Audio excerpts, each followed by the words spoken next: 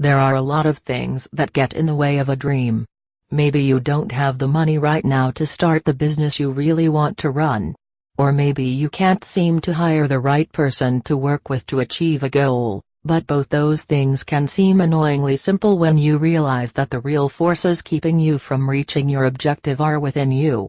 These are only 3 of those things. There are definitely more. Maybe you've even run into others already on your path. But right now, take a look at this list and see if maybe one of these is the thing that has been standing in your way. 1. Complaining. I genuinely feel that there is no real value in complaining. To me, the only things anybody has a right to complain about are things like their health. Short of the death of a loved one, or a terminal illness, or some other horrible tragedy, everything feels controllable. If you're in control of it, you have the ability to fix it. Where is the value in complaining? Instead of complaining, my process is this: assess the problem, find the solution, and get on the offense. I'm an offensive player, complaining is playing defense. 2. Waiting for the big moments. When people give keynotes, particularly in business, they will talk a lot about that one moment where they knew they made it. I don't like to do that. I think it's unfair. It's unfair for them to tell you about those things because it sets an expectation. It says that you should know when those moments happen in your own life.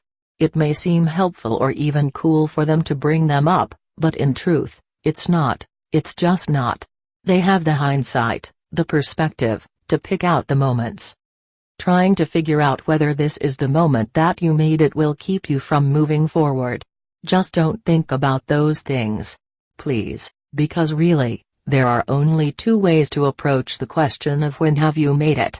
1. It's the moment you decided to do anything, or 2. It hasn't happened yet. And that is where you need to focus. That in-between space, the time between starting and stopping, is where you need to worry less and execute more. Free. Lack of optimism. There are a million reasons why not, but there is one good reason why, which is this: you just have to persevere. No matter what happens, it's the way it is, and you have to keep going. And that is where the optimism lives. If you truly believe that you can do it no matter what, you've got this. The only reason you might bring up any of the previous excuses we talked about is because you don't believe, right? Do not let that kind of thinking ever get in the way. Get thicker skin. Build up your self-esteem. To be able to get through, you need to have optimism.